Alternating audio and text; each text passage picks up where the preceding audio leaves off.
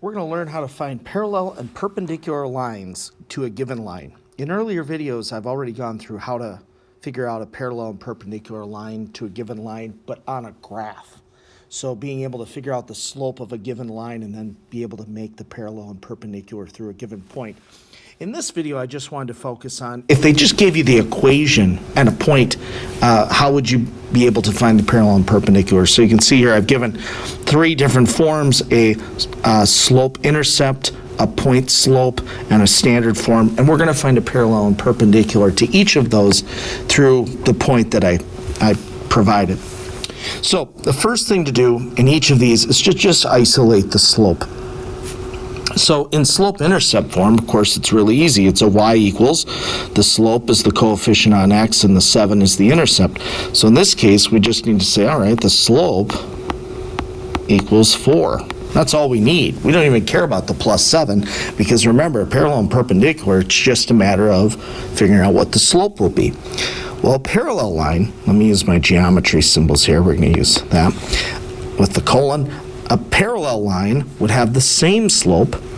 So I'm going to put my answers in point slope because I think that's the easiest here. So we got y minus the y part of my new coordinate equals the slope, and then x minus the x part of the coordinate.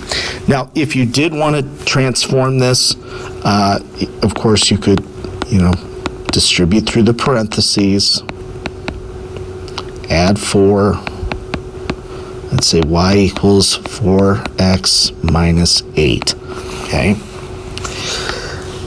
So again, a parallel line will have the exact same slope. Now a perpendicular line, so let's say it's going through the point, so y minus 4 equals.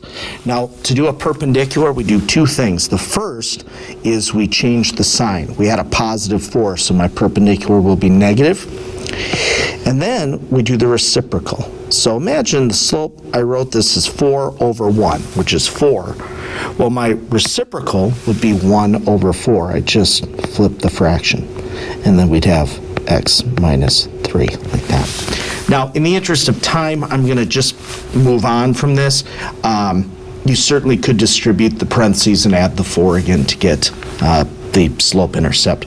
If this video is helping you, please like and subscribe for more math help and geometry content. All right, next up, we've got a point slope form. So here, again, the slope is pretty easy to pick out. It's just -2. It's that coefficient in front of my parentheses. So a parallel line through that given point will have y minus -1, and the slope will remain the same. And then we'll have x minus -2, the x part of my coordinate. So we've got y plus 1, like that. And we could distribute and subtract the 1 over, but let's keep going with our perpendicular. So perpendicular line, well, we're still going to have y minus -1 because it's through that point. Now, the original slope was negative, so my perpendicular will be positive. The original slope was 2, or 2 over 1, so I'll have 1 over 2. And then x minus the x. So we'd have y plus 1 equals 1/2 x plus 2, like that. Now finally, in standard form, to be able to just right away use the coefficient on x, we need to have a y equals, or it needs to be in our point slope where it's y minus 5. Essentially, y needs to be on one side and the x needs to be on the other. And it's not in that form. I'm going to make it be in that form. So the first thing, I'm going to subtract the 5x over, so I'd have 3y equals 10 minus 5x. And then I'm going to divide everything by 3, like that. And at this point, I have a y equals, so I can use the coefficient on x like I did in the first example. So now the slope is simply -5/3. So a parallel slope, through that point, we'd have y minus -2, exact same slope, and then x minus 4. So I'm supposed to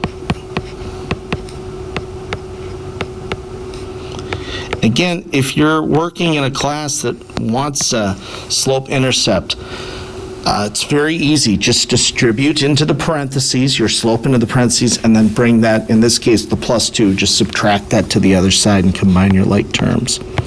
All right, a perpendicular, well, we're going to have y minus -2. And we had a slope of -5/3, so the slope of my perpendicular will be positive 3/5. We'll just flip that fraction. So